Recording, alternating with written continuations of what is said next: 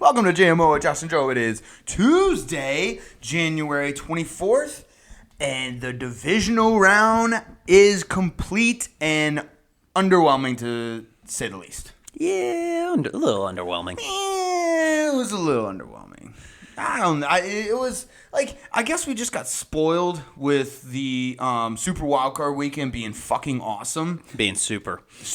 It was super. I love the NFL, man. They just make anything better by just putting the word super in front of it. Right. Like it's simple, but it works. That was probably the initial thought on adding another team was so they can actually title it super. Yeah. Well, we should just call our show JMO with Super Josh and Super Joe. Yeah. Or Super JMO. Super JMO. Yeah, dude. We'll just put super in front of everything we said. Super, just my opinion. Okay, so Joe and I are back in studio. We took a little bit of a vacation. We still got in a nice little episode there via Zoom. But yeah, we did two different trips. Joe was in North Dakota, and I was in Washington State. Joe, how was your trip, dude? It was awesome. Yeah? It was awesome. Have you ever been ice fishing? Can't say I have. Well, it's fucking exhilarating. Is it now? Yeah. And you know what? It's funny because that's actually a quote from Harold and Kumar, Escape from Guantanamo Bay. Oh, yeah. And I you know what? I didn't really believe it. I thought they were just it was just like sarcasm or just funny. But actually, it really is exhilarating. It is. Yeah. It's so awesome. It just, like, when you describe it, it just seems like the most boring thing. But then from what I hear, like, obviously, from firsthand experience now, but it's actually pretty fucking dope. It is. And then it's like, the perfect, like, just, fish all day and drink type of atmosphere. Like, it's encouraged. Like, it's definitely encouraged in this activity. I heard, like, those little huts, whatever, get like hot enough to where you have to start, like, taking clothes off. Oh, absolutely. Yeah, it gets so heated up in there. So they get those propane heaters. Now you do have to watch out. The carbon monoxide will actually make you pass out. So ooh, that's not good. Yeah. So luckily enough, I didn't get any headaches. But a lot of people that are new to ice fishing and new to that exposure usually get a little bit of headaches and lightheadedness. Well, don't they all use propane, right? Yeah, using propane. Gotcha. Yeah, no gas. No gas. Yeah, you can't do that. What, doesn't it like melt the ice easy or something like that? Something like that. I don't know. I'm not a scientist. I didn't go to school for that. Mm-hmm. So, but yeah, Notre Dame was good. You caught a couple of hockey games, I saw? Yes, I did. I caught a couple of UND games, and not Notre Dame. This was North Dakota. Oh, nice. University of North Dakota. And Fighting Sioux, right? Yeah. I guess they're too small to have any like media heat on them for their mascot. Well, they actually are officially the Fighting Hawks. Oh, they actually are the official Fighting Hawks. But if you ask any true North Dakota fan, they will tell you that they are the Fighting Sioux. The Fighting Sioux. Yeah, and it's funny because the commentator at the beginning, he's like, "Here comes your Fighting Hawks," and every time they say Hawks, like all the whole crowd just chants over them, "Sioux!" Sioux. So it sounds like they're booing their whole team. It almost sounds like they're booing their whole team, but if obviously, like, if you're 49ers with Juice Stick, yeah. Juice Stick and, whoever. Heath Miller with Pittsburgh. Yeah, you know what they're saying. Absolutely. John Kuhn for Green Bay. Yes, Kuhn. Kuhn. Yeah. So you get it. But yeah, those, honestly, I will say this. College hockey up there was the equivalent of like college football down in the South. Wow. It was electric in the arena, I will say. I mean, I kind of believe it. I mean, it's like football down here is our number one. It's in hockey up there is all they have. Yes. Like, I get it. Like, North Dakota State and South Dakota State were in like the FCS championship, mm-hmm. but I mean, come on. There was nobody watching the FCS championship. No, but unfortunately, it was the same day as Super Wildcard Weekend, which made no sense at all to me. Why you would put it on a Sunday with NFL football? Nobody's gonna watch the fucking Jackrabbits play the Fighting Hawks. Like, Nope. sorry, North Dakota, South Dakota, but it's just not happening. I think that was North Dakota State, though. Yeah, that was in there. North Dakota State. Oh, Yeah. you went to UND. I went to North, UND. University of North Dakota. So yeah, both green schools. They both have green as their colors. They'll tell you a different shade of green, but it's a little bit confusing. Cool. You know, two state schools that are wearing the same colors, but all in all, great experience. Honestly, I recommend going to a college hockey game. It's a lot of fun. The first game was 7-6. Oh, nice. Incredible amount of scoring, and then Yeah. the second game UND won 4-2. Oh, nice. See, that's still you're going to get a lot of scoring, which I'm okay with because I've been to minor league hockey games before, and I like it. The fights, the scoring. Like, I know, obviously, professional hockey is a lot more crisp. They're the most talented players and the best skaters, you know. Yeah. Like, but it is nice. It's like college football almost. You're not going to have the most talented guys, but they got grit. They got that fire in them. Yes, and then like with the college aspect, you get the whole student body. So there's like chants going on during the entire game, and then every time they score, this was a UND thing. I don't know if this was a every stadium thing, but they would have this chant. I don't know what it's called. It's kind of a popular chant or popular sound, but they go da da da da da da da da da da, and everybody's pointing their fingers up in the sky. Have you ever seen The League? That's from Yes, that is from the league, isn't Yeah. it? Okay, the league did that. Yes, yes. I was trying to remember. I was like, I've heard this sound so many times. Right.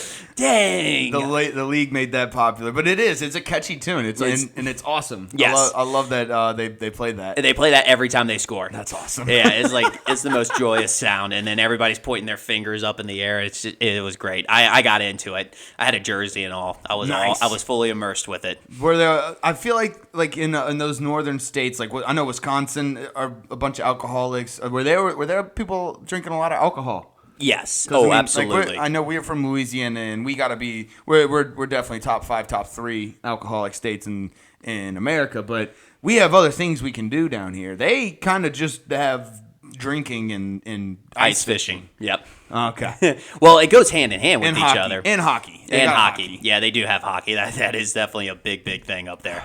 Yeah. But yeah, so I like to think that they're the heavy binge drinkers up there. They can they drink a lot of beers. I think we are the crazy alcoholics down here. Gotcha. We're just the I feel like rambunctious ones. they drink and then they drink a lot in a small amount of time, like a quick amount of time, and then they pass out. Is that it? Or maybe they drink all day? See, we drink all night. We'll go till 5, 6 in the morning, easy. Yeah, well, I mean Bourbon Street. Yeah, case in point. They don't shut down. It doesn't shut down. Exactly. So good. I'm glad your North Dakota trip was good. My Washington trip was absolutely excellent. It was it was a ski trip. Went with got an Airbnb up there with a couple of my friends, and yeah, I think I got it. I got skiing down. I went through last couple of times I've skied, I've been a little cautious. I haven't really gone down all the double black diamonds. I hit a couple of black diamonds, but this trip, at least especially on Saturday, I went down most of the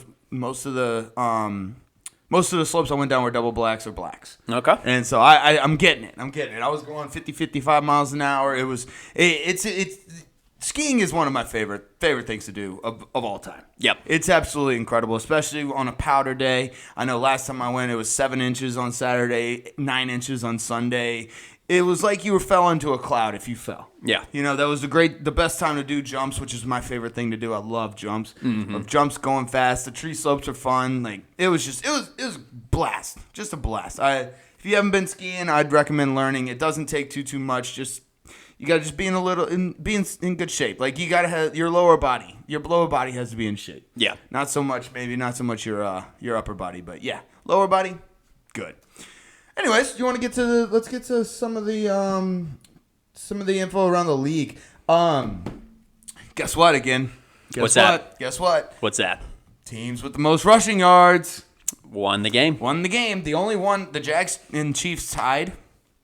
Tied the exact amount of rushing Exact yards. amount of rushing yards. Wow. Yeah. They had 144 each, but I keep saying Pacheco did better than Travis Etienne. Okay. He did better than Travis Etienne. They also, Chad Henne rushed for -1 yard.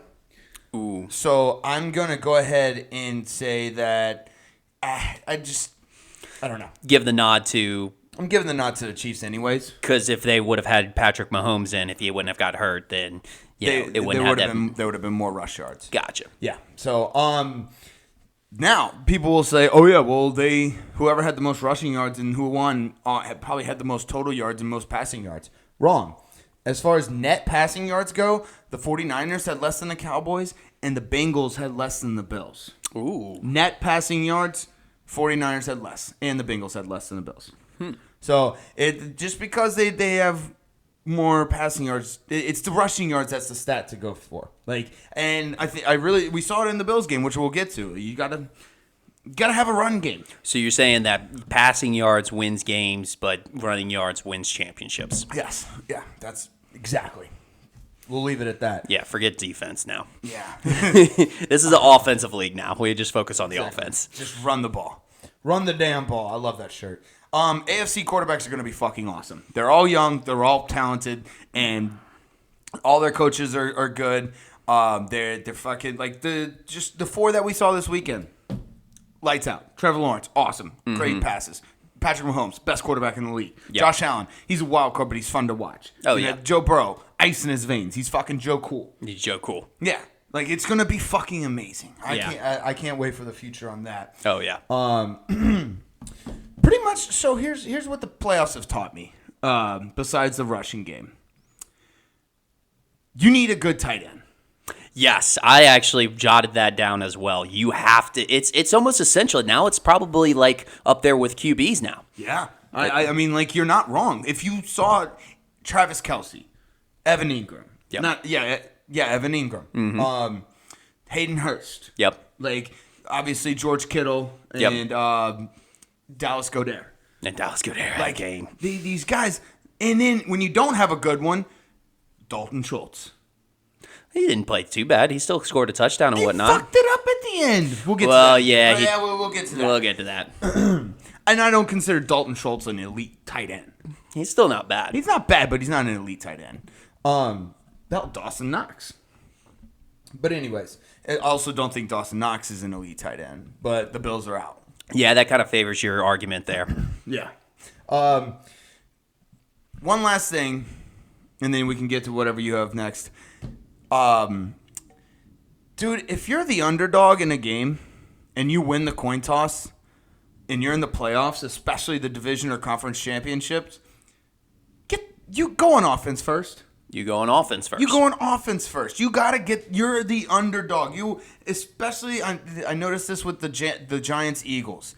You are a underdog. You need to get the momentum right off the bat. Yeah, I think there's a stat that, we'll have to check with Amazon because we know obviously they have it, but there's a stat that whoever scores first is more likely to actually win the game. Right, and you're more likely to score first if you're on offense. Yeah, I remember Brian Kelly actually was the one that figured that stat out. BK, baby. BK, have it your way. He didn't find that stat. Let's make a correction. That was a big emphasis. Hey, before all the trolls, Yeah, BK, have it your way. You rule. That's the most catchy fucking jingle of all time. I'm almost tempted just to go to fucking Burger King because they did. It's such a good job. Yeah. Anyways, that's all I got before the games. You got anything else before we jump into Jaguars Chiefs? Let's do it. Let's jump in. This one. It's impressive how bad of a gambler I am. The Jaguars, of course, they're going to cover the spread.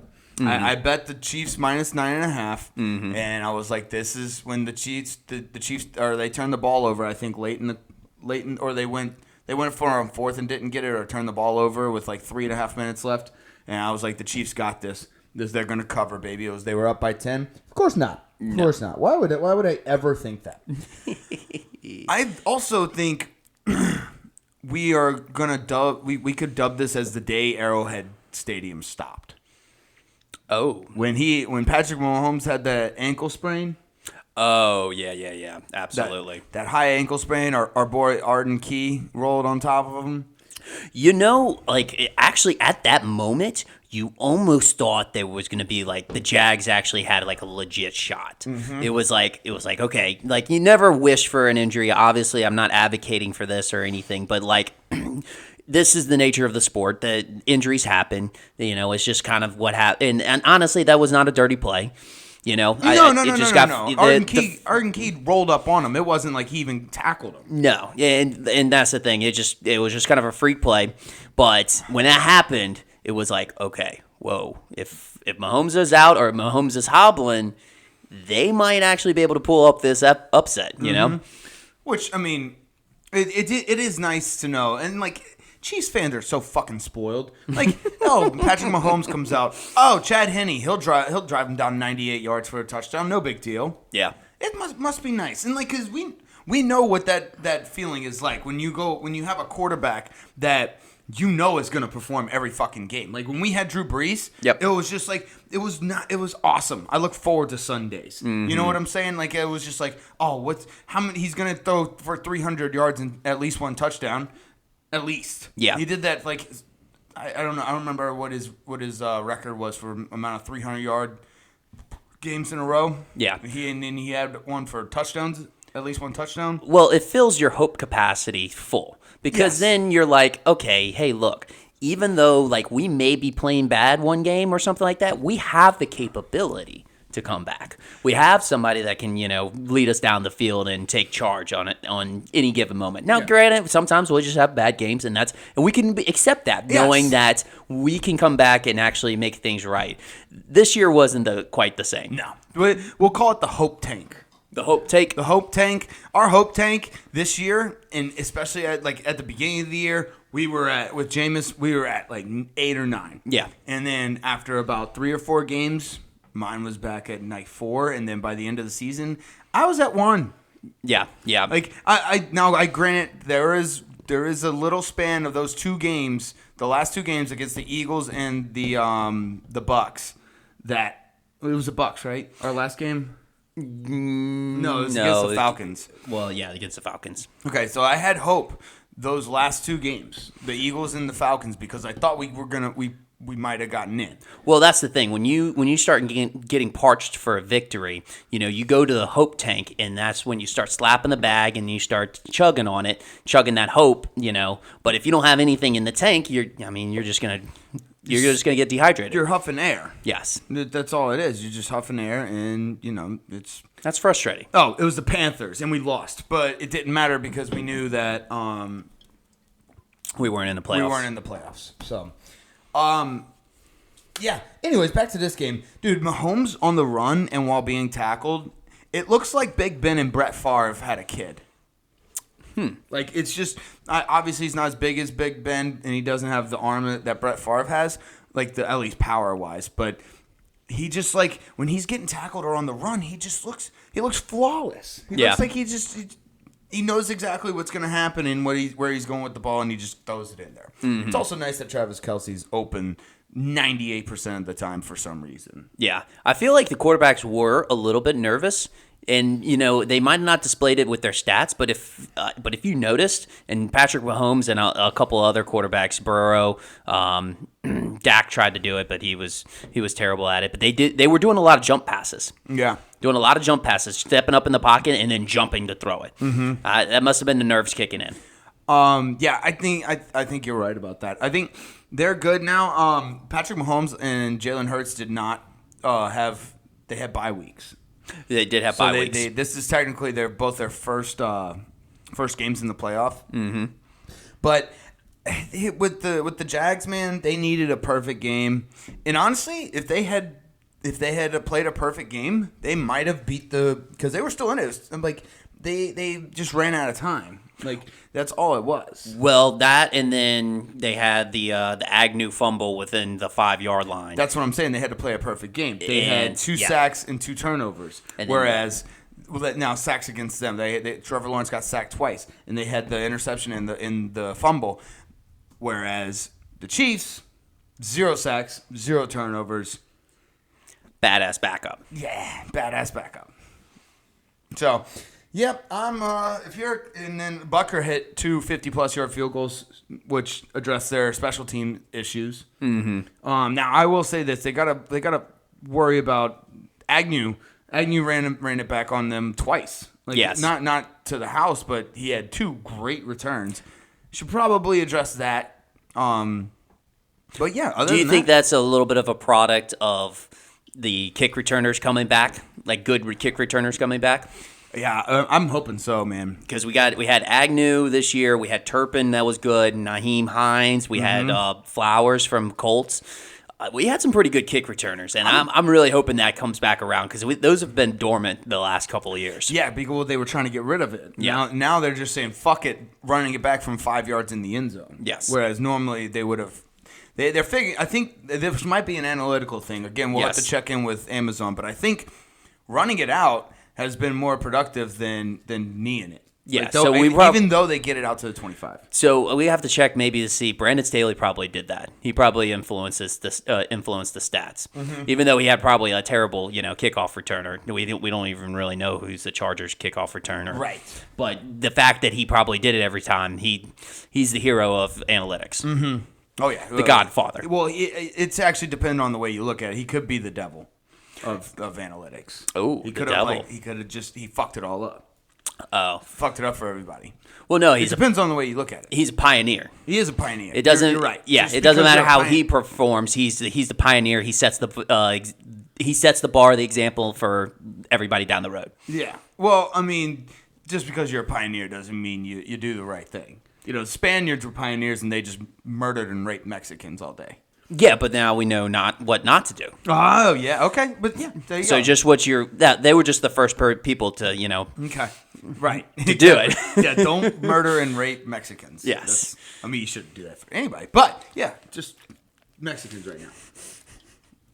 Anyways, I guess the last couple of things I had, like Jaguar fans have to walk away with this, like just you pretty much had bipolar seasons. Like that's essentially what I'm gonna equate it to. You have the absolute most horrid season, and then you're back to you're good. You went to the divisional round of the playoffs. Your coach is strong. You have a young, great quarterback. And they're getting Calvin Ridley back. Yeah, honestly, they just need to really just focus on first halves. So, like, first half of the season and first half of, a playoff game, that's what they need to really focus on. Because if they kind of focus on that, because they kind of came along at the end of the year. At the end of the season, and that's how they were able to take over and make it into the playoffs. And then, they were pretty pathetic during the first half of the Chargers game, but then they were able to come back and, win that one. So everybody saw that one. So, but yeah, Jags fans definitely have to keep their head up. I think this is a huge momentum booster going into the offseason. Like I've been saying all year, it's a prime year for them right now. That there's no expectation of them winning the Super Bowl this year, but getting them that experience to make a run next year. No, absolutely, I agree. That's about all I have on this one. Chiefs are very good, and Jaguar fans should be happy. Yeah. So, I don't. What you got? Anything else on this one? That's about it.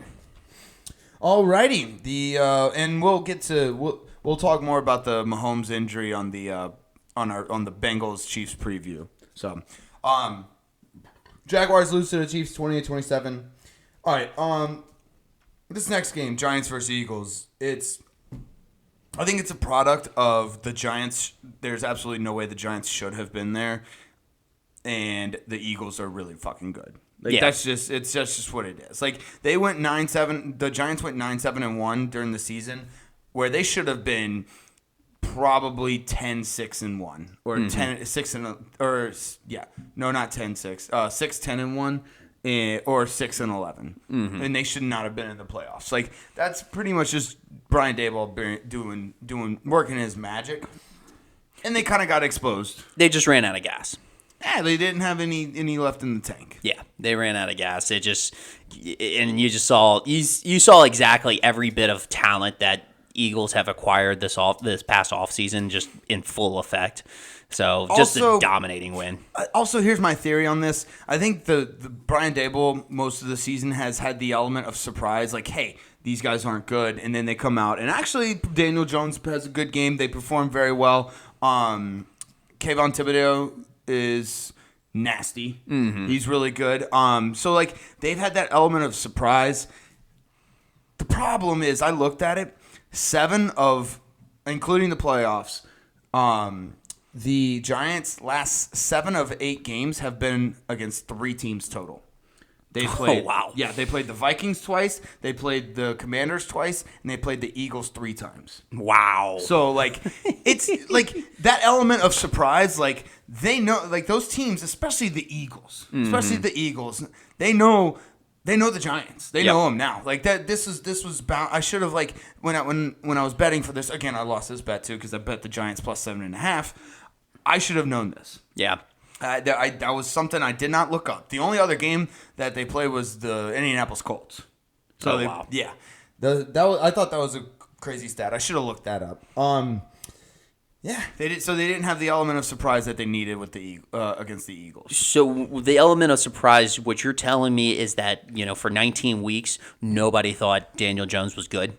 No, it's more like they know how to scheme against them, like with the different personnels that they have. Gotcha. You see what I'm saying? Like, whereas the Colts, they had never played them, so like they can watch all the film they want, but with their personnel going against Brian Dable and his personnel, it's different. Yep. Whereas the Eagles, that was a third time. Yep. That was the third time, and the only reason they beat them the one time this season was because they didn't have Jalen Hurts. Gotcha. I thought you were talking about the element of surprise of overlooking them, but you were actually talking about strategically. Yes. Now, I mean, overlooking might have been a factor early on in the season. Yeah. I mean, because I didn't think, it took me about like 10 weeks to think that Daniel Jones was actually good. I think that was the same for Giants fans. Yes. I think the Giants fans were even shocked. They were like, our quarterback is actually kind of good. He can run the ball. Are we sure we didn't draft somebody, in this past draft? Eli Manning look-alike is just, yeah. Okay. Chad Powers. Chad Powers run fast. Chad run fast, Chad think fast. Dallas Goedert had, talking about having good tight ends. Dallas Goedert had a nasty one-arm catch for a touchdown. He had a nasty game. Yeah, he had a really good game. All right, going back to the Chiefs game. Excuse me. Going back to the Chiefs game and this game, I feel like the Jaguars played a lot of zone, and I don't know if you should play zone against the Chiefs. Like I feel like Mahomes can run around enough and like I said, throw the ball while he's getting tackled, so that eventually one of his receivers will get open. Like, he's too good to run a zone against unless he's backed up into the red zone. Well, it could be just me overanalyzing this or what, but I just feel like you don't want to. I don't know. It just paves the way for tight ends that have great games.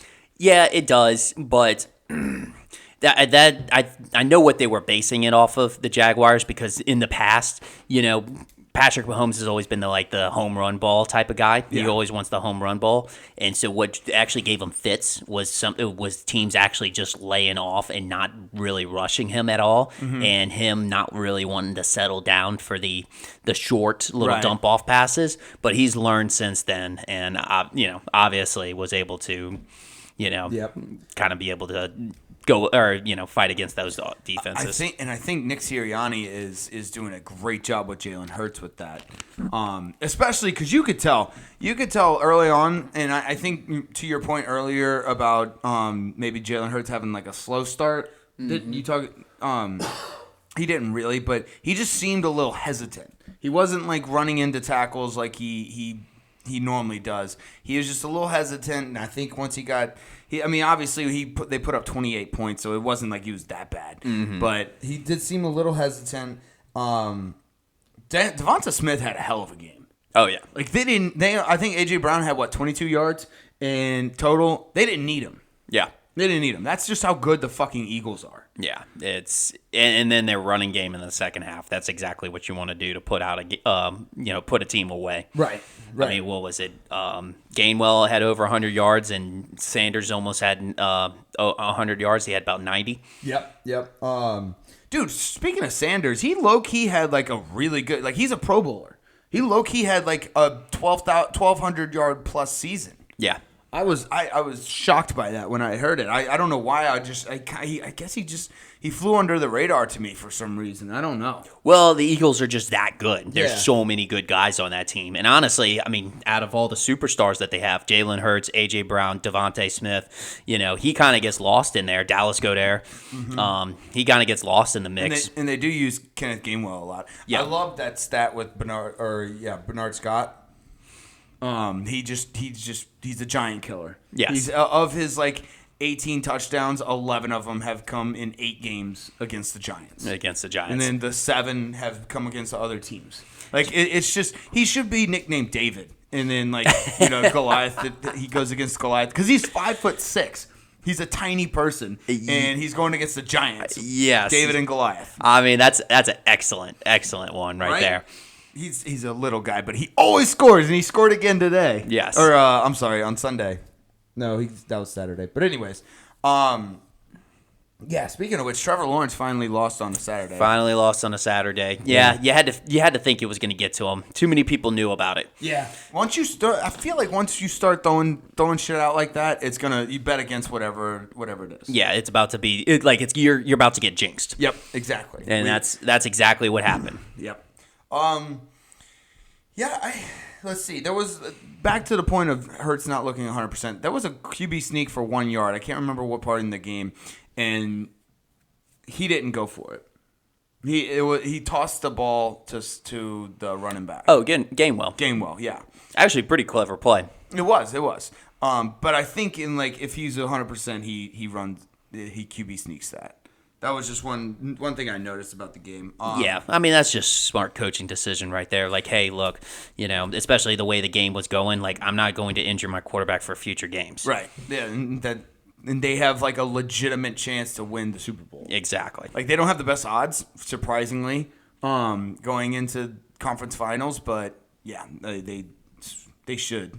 Like, they I don't know. We'll see. We'll get to that. But I don't really have too much else for this, other than like my Eagles are frauds is just my Eagles are frauds take is just it's not looking good. It's still not looking good. It's not. I think it's over now because like you can't make it to the conference finals and be a fraudulent team. So that was an all time bad take on my part, and I guess I'll own it now. I guess I concede. I just gotta hope that they don't win the Super Bowl. Well, if you on the flip side, look on the bright side, it literally certifies you as the ultimate fade my picks guy. You are the ultimate fade my picks. Yeah, but that doesn't make me feel any better. I mean, I'm still a terrible fucking gambler. It's all about perspective. It's all how you view it. Well, I hope I made some people money. So, yeah, that was it. This was just an ass whooping. Mm-hmm. There's no other way to say it. Nope. Yeah. Do you have anything else? That's about it. Okay. The G-men, as Berman would say it. Yep. The G-men lose to the Eagles 7-38. Let's get to the Bengals versus Bills. This one's an interesting one for me because obviously we're Burrow guys. We're diehard LSU fans. Mm-hmm. Joe Burrow, he could like blow up a church and I still would love him. So like maybe not that extreme, but you get what I'm saying. You get my point, right? Okay. I saw a stat actually before we get to the game. Burrow in the postseason, dude, he just wins in the postseason. He has in his first 3 years, he has 5 wins. The only person in front of him is Russell Wilson, and he could tie and potentially beat Russell Wilson this year. Wow. He's above like Big Ben, obviously Tom Brady, but like just all those quarterbacks that started off really hot. He's above all of them. One thing I wanted to say, and I know the Bills fans it's tough because you go back to Buffalo You're not doing any. Their season's over. Like it's done. They are gonna drink themselves into oblivion. Tell me what you think about this. I don't think McDermott coached the right game. He didn't coach the right game. I didn't think he had the play. I don't think he had the playbook correct for this game.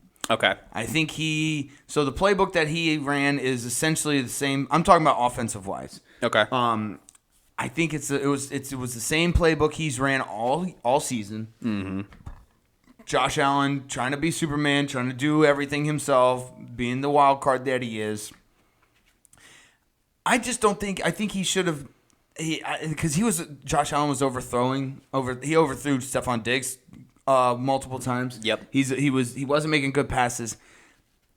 Run some checkdowns. There's some short slants. And I'm talking do them over and over.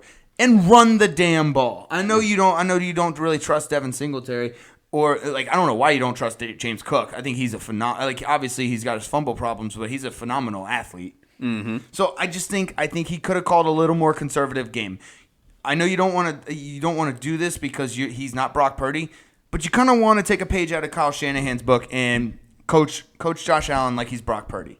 Well, the thing is everybody's been knocking on Josh Allen after this game, but I think that's to go to your point that it shows that Josh Allen by himself isn't going to win it all. No, and he's just not going to Superman his way all into the Super Bowl every year. It's not going to happen. There's going to have to be some help, and like you said, I mean, there's got to be some sort of running game. There's got to be some sort of running game. You can't just completely just have him run around and just throw passes. Yeah, you got good athletes with Gabe Davis, Stephon Diggs, Shakir, Dawson Knox, not bad. But the thing is the best teams have some sort of balance because otherwise you become too predictable and the defense catches on. And most of the run game is Josh Allen himself.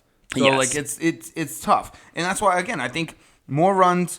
More passes out to the flats, more just, I don't know, just a little more conservative play calling. Don't make Josh Allen try and do everything all at once. Yeah. So I'm gonna chalk that up to McDermott. That's my take. Well, he did say that too. He said he got outcoached. Okay. So McDermott does recognize this. So yeah, in credit to Zach Taylor, he coached a great game. I mean, he's got Joe Burrow, who is literally the game manager on the field. Mm-hmm. Dude, talk about Joe Cool. Joe Cool. Dude, in the middle of the snow, it didn't fucking matter. He looked flawless. I know. Again, we're big Joe Burrow guys because we're LSU fans, but. Mm-hmm.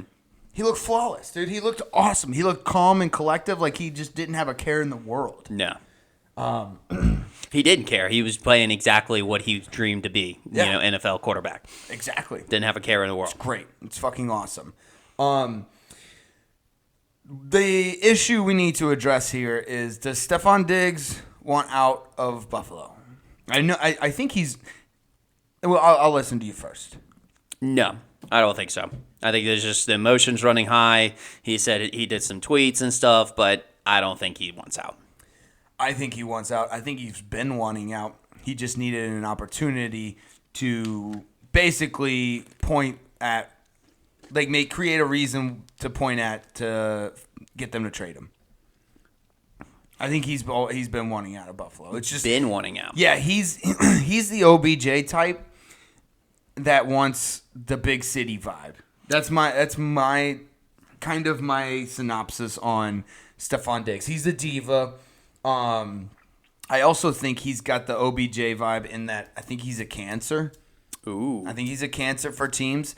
But yeah, I can see him being in a New York or an LA or a Philly or a big not like fit wise. I'm talking about just that's his personality. He wants to be in the spotlight.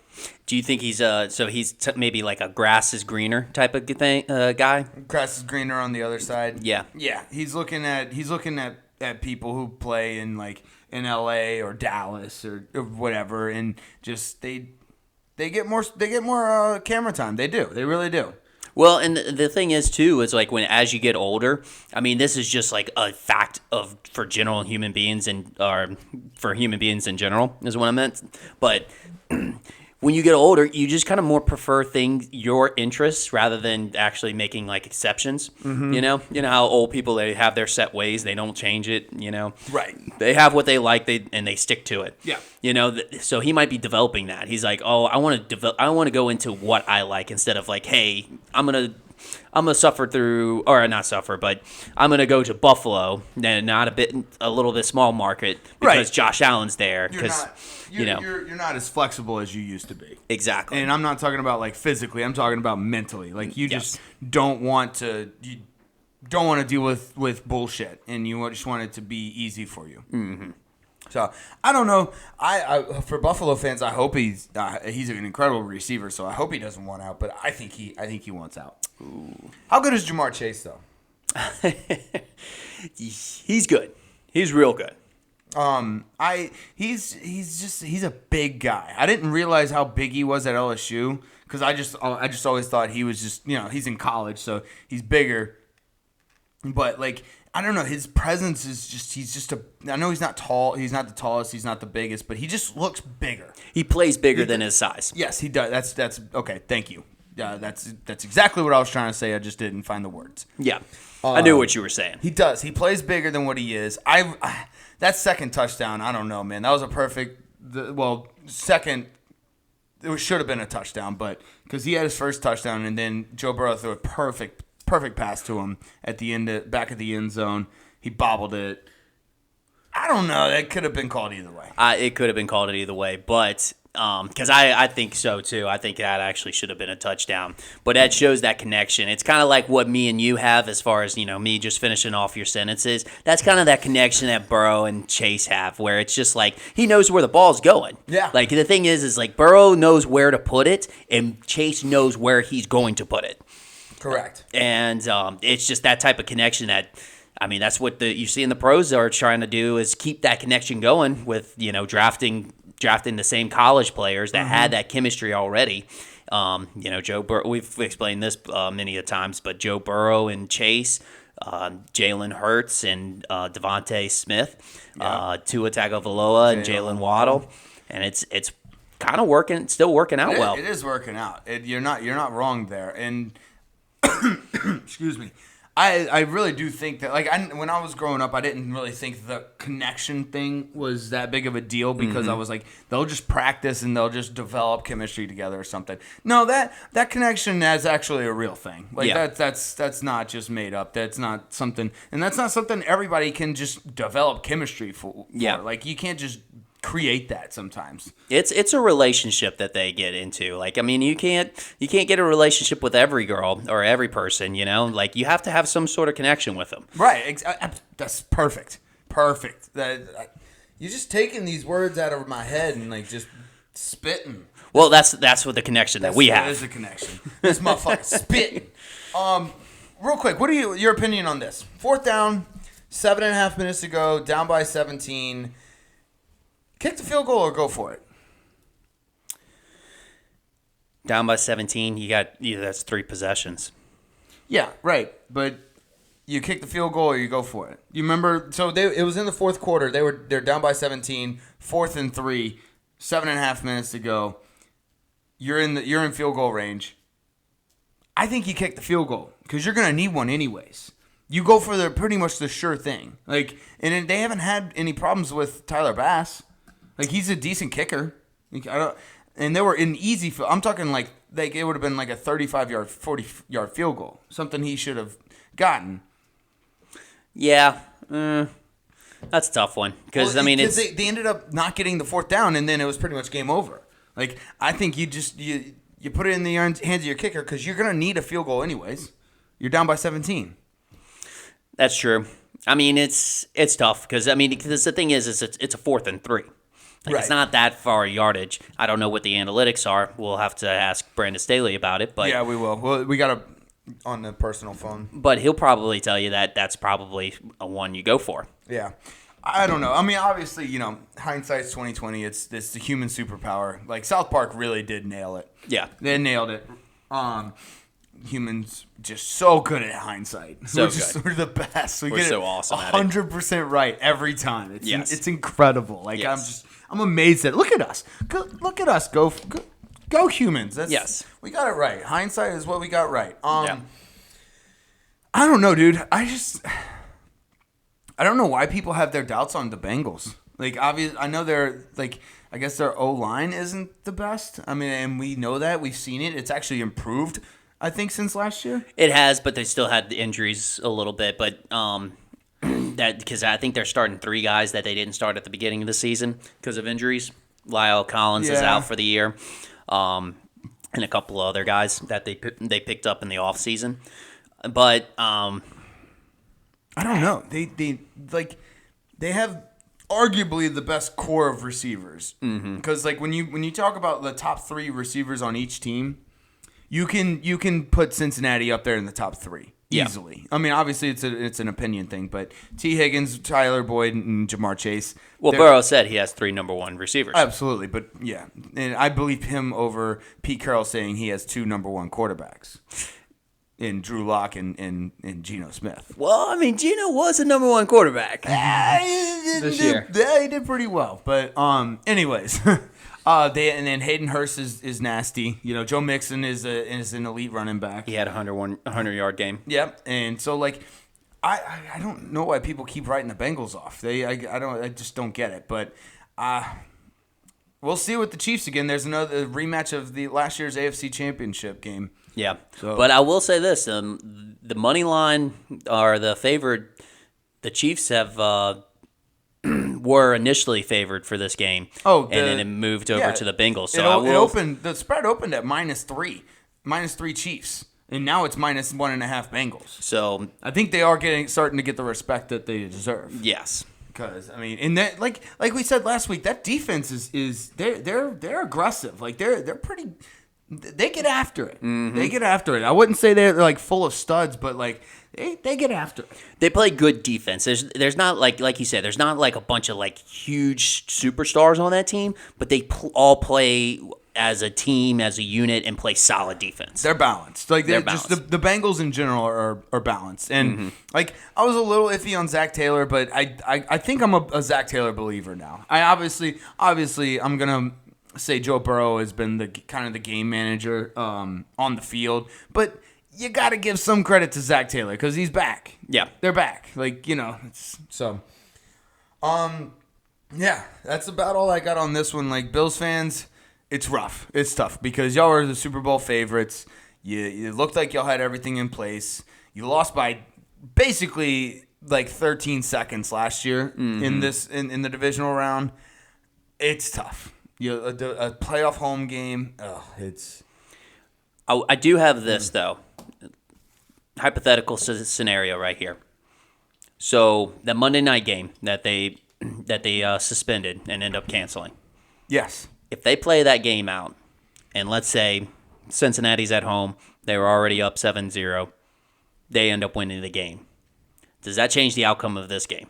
Well, I don't know if now. I don't know any of this like for fact, but I don't know if they play each other. You don't think they play each other? It depends. If the Bengals won and the Bills lost, they could be in different seeds. That's true. And vice versa. So it doesn't matter because I don't know if they would be playing each other. Gotcha. Because I was thinking if the Bills had a chip on their shoulder because it was like a rematch, in which they lost in the season. Right. They might be able and let's just say that scenario played out because it looked like the Bengals are going to win that game. At least judging by what time was played, we'll say the Bengals won that game. They would have a little bit of a chip on their shoulder. I will say that. They would have more game film, more experience, more to go by. So, yeah, you could be right there. But, again, I don't know if the playoffs would have played out the way they did if that game had been finished. That's a good point. But, yeah, that's about all I got. You got anything else on this? That's it. Okay. Bengals advanced to the AFC Conference Finals by beating the Bills 27-10. All right. Cowboys versus 49ers. I can't I was watching this game and I just kept finding myself asking, is Brock pretty good? Is he good? Is he relevant? I think so. I think he's relevant. Like I think we can because he was making some decent throws like down the field. Like I'm talking like 15, 20 yard air yards. Mm-hmm. I don't know. He didn't really make mistakes. He threw the ball away when he needed to. Like he obviously when he got in trouble, he threw the ball away. It could be a product of Kyle Shanahan, but I don't know. He looks good. He looks good. Well, I mean, being a Gen Z, you have to think on the top of his mind is like, hey, look, I'm just not going to fuck around so I don't find out. So, he just kind of plays it safe, and, that way he doesn't make any mistakes. Like, hey, look, I got all these players around me. I'm not going to fuck around and try to find out. Gen Z is very good at not fucking around so they don't find out. Yes. It's a very delicate scale. Yes. That they figured it out. Like, because a lot of times, I'm not going to lie, even millennials, but, before millennials, they like to push the boundaries. They like to see how far on the graph they could fuck around before they found out. Mm-hmm. You know what I'm saying? Yep. So, and some people would say it's a good thing. That's basically when you fucked around and found out, you just found out where you are on the scale. Like, yes. If you thought you were Billy Badass and then you fucked around enough and you figured out that you weren't Billy Badass. Mm-hmm. You know what I'm saying? So, who knows? Let's see. I laughed hysterically when Maher's PAT got blocked. Yeah. Fuck the Cowboys. So that was kind of funny. You felt bad laughing at it, but you had to laugh at it. Oh, absolutely. Because that honestly wasn't his fault.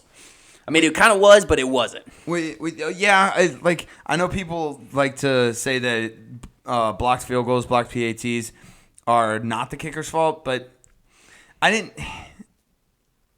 They kind of are sometimes. Well, if you keep it too low, yep. That's a factor that makes it a little bit more vulnerable for defenses to swat. From what I heard, also he was shifting it to the right or shifting it to the left. I don't know. It's something that it actually might have not even made it if he actually did fall through with it. So getting blocked was a good thing. It was probably a good thing. It made him look a little bit better. Gotcha. That was funny. I have a theory. Because Pollard went out. When did Tony Pollard go out? He went out early, right? No, I mean he was there. He was there for most of the first half, and I want to say some of the second half too. I don't exactly remember what time. My theory is I think Dallas wins this game if Pollard doesn't leave. They had chances. I know, and I mean, we'll obviously get to the last play and the Dalton Schultz stuff, but. They only lost by a touchdown, they were in it for most of the game. Mm-hmm. The 49ers, it was like they couldn't mess up. Even that bobbling catch by George Kittle. Yes. It was unreal. It was just almost everything was going the 49ers way. Yeah, I mean, he extended one hand, was able to get it to bobble around, hit his helmet to keep it right in front of him, and then he snags it and is able to pull himself back just in time before the safety came in for a pop. Yeah. Everything kind of played into effect on that play. And then, honestly, that was the play that led to the touchdown drive, the only touchdown that San Fran got. Yep. It's incredible. He's such a good tight end. I had him on my fantasy team, and he didn't really put up numbers like I wanted him to. But it's still hard to it's hard to hate him. Well, I mean, the thing is what doesn't get accounted for is the blocking job that he does that actually does make him that much more of a threat in the receiving game. Correct. I agree, dude. All right, so this is another reason why me and I think most of America hates the Cowboys because the media just sucks their dick. The announcers were like, yo, Zeke is so good in short yardage situations. Tom Brady was good in short yardage. He was the best at 4th and 1. Yeah. He was the best at short yardage situation. That's not a compliment. Yeah. You are, sure. Oh, I'm sorry. You can get one, maybe 2 yards. Great. And any rational person that has seen the Cowboys knows that that's basically what they've been using him for because he's been sucking on other instances. Because he sucks everywhere else. He sucks at his job. Sure, maybe back in the day when he got paid, he was doing well. But since he's gotten paid, I don't think he's done very well. You can make an argument for that. Tony Pollard is easily a better running back than him. Yeah, Tony Pollard doesn't do what he does without the opportunity because of what Zeke was struggling with. Yeah, and so But that's a Jerry Jones thing. He's like, I'm paying Zeke this much money. You're gonna play him more than Pollard. Yeah. So, he gives him all those short yardage touchdown stats to where it justifies Jerry Jones. It's like, okay, he's got all the touchdowns. That's why I pay him that much. Exactly. Yeah, he's just a stats guy right there. You just look at them damn touchdowns. You know what wins games, Joseph? Touchdowns. You ain't gonna win no games without no touchdowns. I don't know what the hell you talking about. You ain't gonna get no games with field goals. God damn it. Have you ever field goals? Sorry, I just thought of Brett Maher. Oh, did you see at the beginning of the game? So Maher has the yips. I don't know if it's gone now because he made it. Well, you know what, Joseph? I went down there and gave him a nice little word and talking to before the game, and I might have made him a little nervous because I don't think he's gonna have a job next year. At least not for the Dallas Cowboys. Because he was pre-game, he was only making 50%. Ew. Like on the field, and that's why Jerry Jones went down to have a talk with him. So Good like Lord. he's got a major yips. Like this is like, what is it? Ace Ventura, the Dolphins kicker in that movie. I Finkel. can't. Yeah, Finkel. Ray Finkel. Yep. It's kind of on that status right now. He may never ever kick again. You think he's gonna be like up in his mom's basement or up in his mom's attic, like just have pictures of Jerry Jones on the wall and just have knives going into his face? Just, I hate you, Jerry Jones, and he's gonna turn into a woman and seduce him. Well, hey, I mean, You never know, right? Yeah, I never know. All right. Let's get to the end of the game. Do you have anything else before we get to the end of the game? Because the end of the game is obviously the main talking point here. Yeah, let's get to the interceptions by Dak because these were kind of bad. I have that written down. I completely glossed over it. He was late on both throws, And he should have had more. He should have had like 4. Yeah. He was late on both of them. It was just like there was one. I can't remember if it was the first or second one. You just look and you got like the camera view of like his eye view. You're just like, why are you throwing that ball? Yeah, I mean that play or throw and play was like gone like 5 seconds ago. Yeah, it was so late. Yeah, and like, I don't know what kind of hope like Dallas and like especially like Jerry Jones and like management is holding on to with Dak, because they're sticking, or at least they say they're sticking with Dak, and they kept playing Dak all season, and like they didn't show any signs of like maybe getting another quarterback, because he's not good. He might have used to be okay, like he was doing decent, but he's not good. The problem is he gets you to the playoffs, which is a goal that you have every year. So if he achieves that goal, it's like, okay, that's good. But the problem is he doesn't get you any further than that. No, he's not going to. I don't think McCarthy's going to get you any further than that. What if Dallas goes out and just grabs Aaron Rodgers and makes Aaron Rodgers suffer through Mike McCarthy again? That'd be fucking hilarious. Oh, gosh. We wouldn't hear the end of it from Rodgers.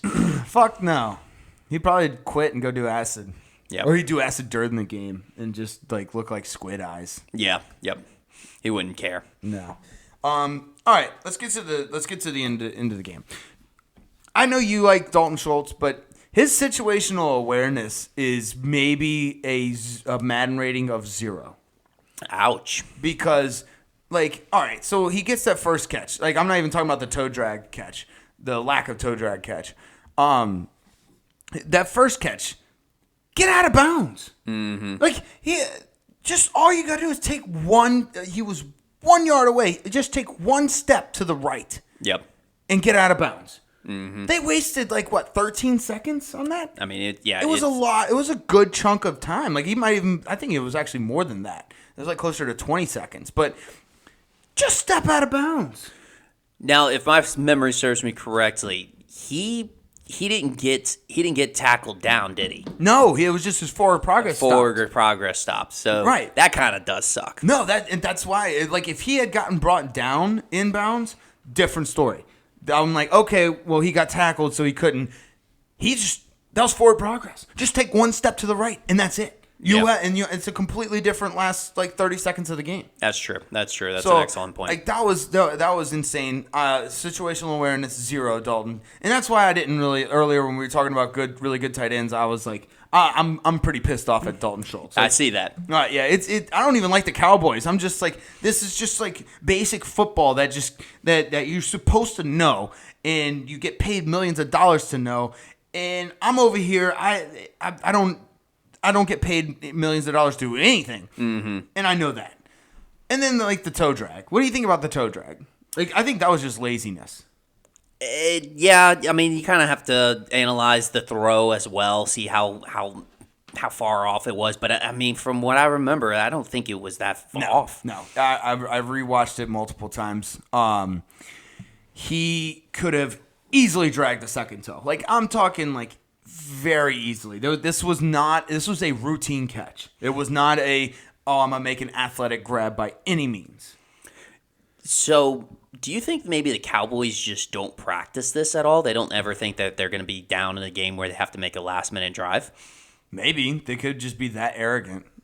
I mean, because also, if we go on just a little bit further onto through the game, the lateral play? I'm still speechless. I still don't know what to say. Does Zeke have a future at center? No, because you saw he got blown the fuck over. Like he wasn't even close. Like he got run over. It reminded me of like those like when the mascots are playing those little kids and they just barrel over these guys, those kids. That's what it looked like. I don't even remember who the San Fran guy was, but it just barreled over him, and then Dak Prescott threw it 9 yards into coverage. I mean, look, if I'm Zeke, I'm using that as motivation to never get fat because it's not like I'm going to be able to transition into a center position. He needs to just retire. But what were they like? They had 3 linemen lined up on either side. Zeke hiking the ball, and then they throw it in the middle to a guy who's covered. Like, it's like can you tell? My brain hurts. I don't blame you. Mine is feeling an enormous amount of pain trying to think of it as well because if you have a lineman on each side, you would think they would do like some sort of screen pass and use those linemen to like get up the field as much as possible and then start lateraling it. My thing is, even if you can't make it to the end zone, tip drills. Just chuck it up. Hail Mary, man. I've seen Dak Prescott throw. I saw him throw earlier in the game. He threw it like 55 yards. Like he can throw the ball far. He just chuck it up. I guarantee you, if we ask Amazon right now and we ask them the conversion percentage, so like if a fumble, the lateral move or the Hail Mary move, which results in more touchdowns, I guarantee you, Amazon will say the Hail Mary. I don't the fumble the lateral move does not work. You don't really see it in the pros. No. And I feel like I just see the Hail Mary. Like Aaron Rodgers somehow perfected it. Like he has the Hail Mary down. I don't know. I don't understand why more teams don't just go for the Hail Mary and just like do tip drill and then run it in if they didn't make it into the end zone. I don't know. Anyways, just my brain really hurts. I knew it would do this. I knew when we got to this part it would do this. Now I can't fucking think. It just was confusing. That's why I just don't think the Dallas Cowboys actually ever practice this type of scenarios. They didn't. I mean, whether it's because they're egocentric and like just arrogant, I don't know. Maybe, but we'll go with that one. It definitely looked like they'd never practice it. All right. Well, the 49ers are going to the NFC Championship game. Let's see if I can get my brain straight again. So, you got anything else? That's it. All right, cool. Oh, let's move on. Cowboys lose to the 49ers 12-19. Weird score. Not a scoregami, but it was a weird score. Let's get to the previews. Then actually we'll do some NBA. We'll gloss over NBA because I think we're going to get started next week just in a little more detail on the NBA. But let's go to the conference championships. We'll start with the Niners versus the Eagles. Philadelphia is, in my opinion, shockingly only 2.5-point favorites. 2.5-point favorites only. I think that's shocking. I think it should be closer to like 6. Yeah, because I mean, you gotta like the fact that they can win by a field goal, because that seems very realistic. Absolutely, you put the house on the Eagles, right? On the Eagles minus 2.5. I don't know. I just they're playing at the Link. Like I know the San Francisco Stadium's pretty electric in the playoffs, but you're at the Link, bro. Philadelphia is a different place. Yeah, they've got some rowdy fans. I agree. So I'm going Philly minus 2.5 here. I'm going to be rooting so hardcore for the Niners that like I don't think like the only other team in the NFL I will ever have rooted for harder was the Saints. Okay. And the Bengals. I will say this. I mean, 78% of the votes or the bets are going to Philly right now. Okay. So people do agree with you right there. Well, then fade my pick. Well, that's what I was going to do. I'm gonna fade you, and I'm gonna fade the public because I'm just gonna go with Vegas on this one because I feel like they're just they know something or they will influence something. You doing money line or plus 2.5 Niners? Give me plus 2.5. You're gonna take the points? I'll take the points because, like I said, I think they know something, or like I said, they might influence something. Yep. Quotation marks. We're not saying anything. We're not saying anything. But yeah, I'm gonna do that, and also test your fading your picks. Over under 46. I slammed the over on this, but again, I'm probably wrong. No, I'm gonna go with the under. All right, well, fuck you. Look, if I've learned anything, it's I know. fade your picks. It doesn't again like that silver lining you gave me earlier doesn't make me feel any better. So like, whatever. Yeah. So I'm actually pretty pumped about this game. I think it's going to be a really good one. I think it's going to be tight. I just think that it's going to be a touchdown game. Like it'll be a one possession game. I think it's going to be a touchdown game, not a field goal game. Mm-hmm. Let's see. Let's go to the Bengals versus Chiefs. Like we said earlier, dude. This game opened up Chiefs -3, and within 2 days, it is now Cincinnati -1.5. They don't like that high ankle sprain of Patrick Mahomes. I mean, I guess not. They might have heard something, or they just saw everybody betting on the Bengals. I think Mahomes is going to play. I don't think they. I mean, it's a high ankle sprain, which sucks. It's like one of the most nagging plays or nagging injuries. I'm sorry. Mm-hmm. But I don't know. I think he plays. Did they ever move this to a neutral site? No. So it is going to be at Arrowhead. It's at Arrowhead. So I don't know. You heard Joe Burrow at the end of the game that said, "Better get those refunds." You better get those refunds. Yeah. Oh, it's cold. He's so cold. He's so cool. He's the coolest guy ever. He really is. Because the coolest thing is he acts very professional, like most of the time, and then there's these things that he says like out of nowhere that just come out. It throws you off guard, and it's just like, oh man, was that cockiness or was that confidence? Like, yeah, but like you don't know, like, and it's not like it's not like off the wall stuff, but it's just like that. That's just that's one of those things you didn't expect Joe Burrow to say. Yeah, and like whenever he was at that press conference, and he was like, "My whole career is my championship window." Yeah, and it's like, whoa, was that he being cocky and arrogant? It's like, wait, no, actually, he's being just confident. Like, this is my opportunity. I mean, if you think about it, what has he done to prove otherwise? Like, he went to the Super Bowl in his second year as a starting quarterback. Well, also, I mean, everybody's career is a championship opportunity if you're playing quarterback in the NFL. If you think about it. True. Spin zone. There you go. So what did you think? Cincinnati -1.5. I'm gonna go with Cincinnati -1.5. Yeah, I'm gonna go with it too. You're not fading my pick. I'm not gonna fade your pick this time around, just because Joe Cool is in the building. They've been playing a balanced game. I just don't know what it is. But I do want to fade your pick. Yeah, you don't. No, you don't have to. Just say what you think. I see what I think is Bengals, but what I want to do is fade your pick. Okay, so you're gonna bet on the Chiefs. I'm going to bet on the Chiefs. Chiefs because, plus 1.5 or yes, money line. I'm going to ride your fade. Okay. So you got Chiefs plus 1.5. I got Bengals minus 1.5. Yes. Over under at 47. For some reason, I just think the under is gonna hit on this one. I don't know Over. why. Oh Jesus. Oh Jesus. All right. Well. Okay. Anyways, it just feels like the over, like everybody's gonna pick the over, so I'm just gonna zag and pick the under. Okay.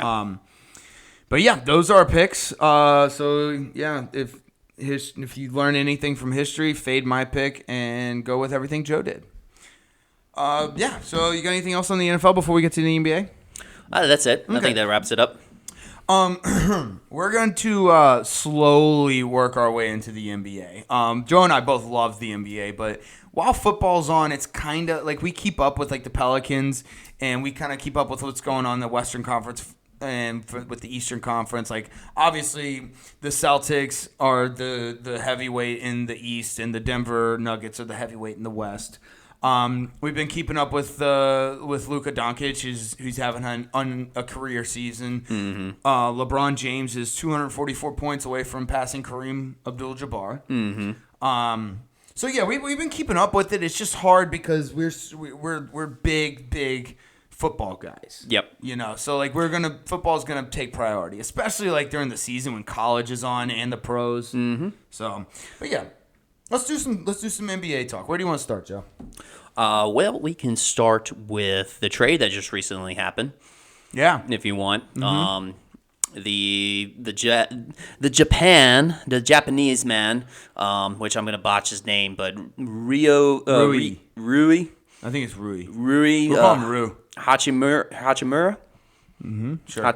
Yeah, we'll just go with it. Sure. The Lakers traded for him and sent off Kendrick Nunn and 3 second-round picks. So basically, no picks. Nothing. Yeah, the picks don't matter in the NBA.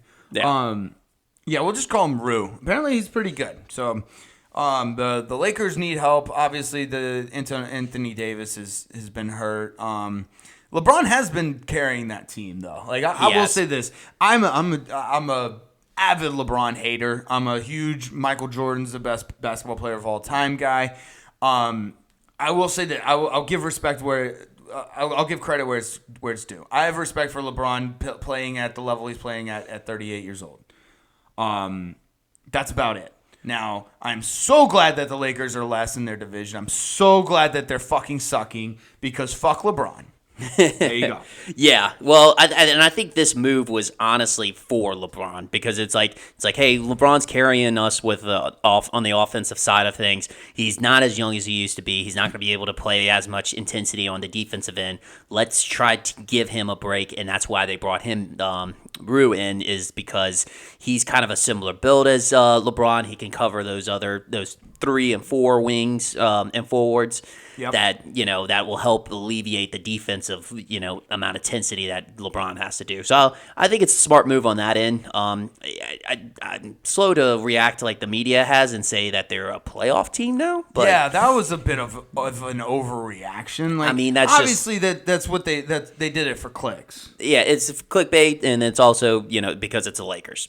Exactly, they're the media darlings of the NBA.